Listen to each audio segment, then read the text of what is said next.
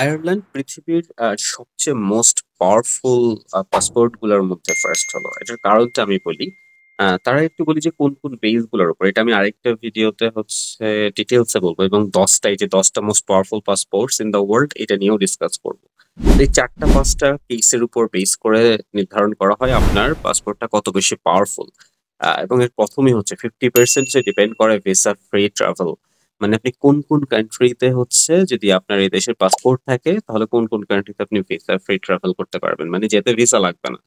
তো আয়ারল্যান্ড পৃথিবীর মোটামুটি সবচেয়ে এক্সেপশনাল একটা কান্ট্রি, যেটা হচ্ছে আপনার, আমি দেখাই আপনাদেরকে। হিয়ার ইজ, সি, আয়ারল্যান্ড হচ্ছে ইইউ সদস্য, তাই না? ইউরোপিয়ান ইউনিয়নের। আবার ইউকে কিন্তু ইউরোপিয়ান ইউনিয়নের সদস্য না, মানে আপনি এখন যদি ইউরোপিয়ান ইউনিয়নের কোনো কান্ট্রিতে যান, হাঙ্গেরিতে যান, আপনি কিন্তু ইউকে তে হচ্ছে ভিসা ফ্রি হচ্ছে ট্রাভেল পাবেন না।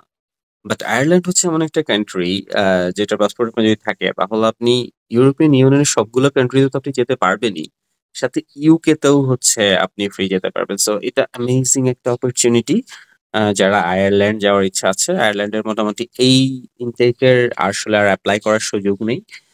বাট নেক্সট ইনটেকের অ্যাপ্লাই কিন্তু আস্তে আস্তে শুরু হয়ে গেছে।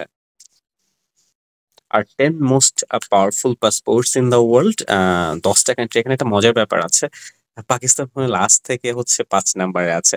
আমি এই সবগুলো কান্ট্রি নিয়ে আরেকটা ভিডিওতে, যে কোন কান্ট্রি কত স্কোরে আছে বা কোন নাম্বারে আছে, এটা নিয়ে আরেকটা ভিডিওতে হচ্ছে আপনাদেরকে জানাবো। টিল দেন ভালো থাকেন। আল্লাহ হাফেজ।